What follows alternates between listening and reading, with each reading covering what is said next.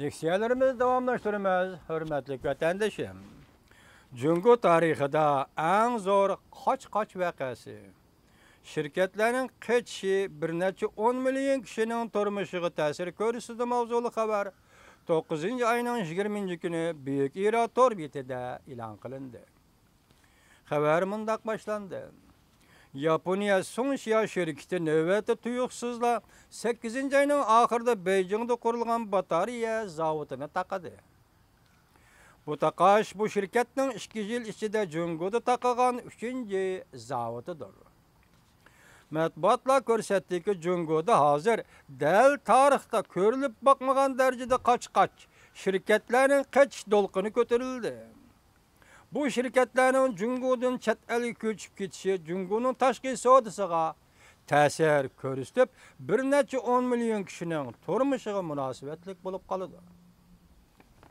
8. ayının 26. günü Yaponiya Songsha şirketi 8. ayının ahırı taqayman dedi. Beijing'de kurulgan batarya zavodunu taqab etdi. Şirketinin bayanat toxtam tüzgen 1300 nefer işçinin toxtamını ahırlaştırdıqallıqını jakarladı. Bu şirket 2012 yılının ahırda Şanghay'daki televizor işlep çıkarış zavodunu taqadı.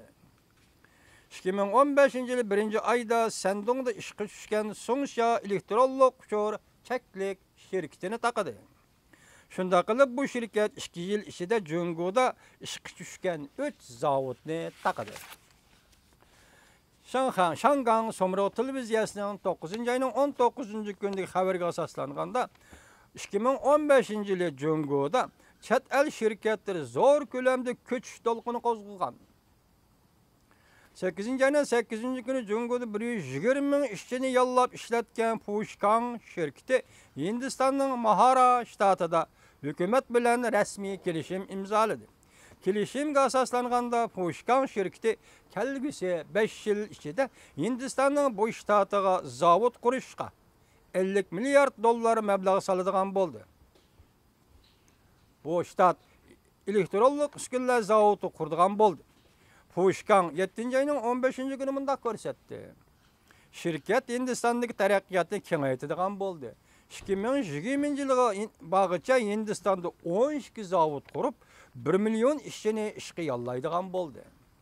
Kiyim-kechak sahası boyunca Yuiko, Wuyin, Qingshan, Lifeng, Tokyo Style qatarlıqlar Jungo'dan toxtam malzakas qilishni zor derecede qisqartıdigan boldu.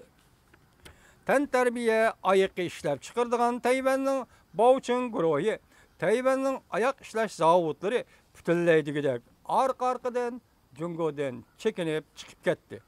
Bu şirketli Şarkı Janubi Asya devletlerine berip, Hindistan'a berip qaytadan şirket teşkillidir.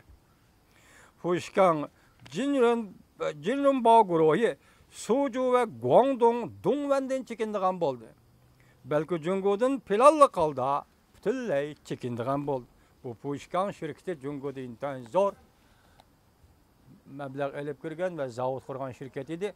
Hazır hem bu şirket Jungo'dan çekinip Hindistan'ın Mahara ştatıga meblağ saldıgan boldu degan söz.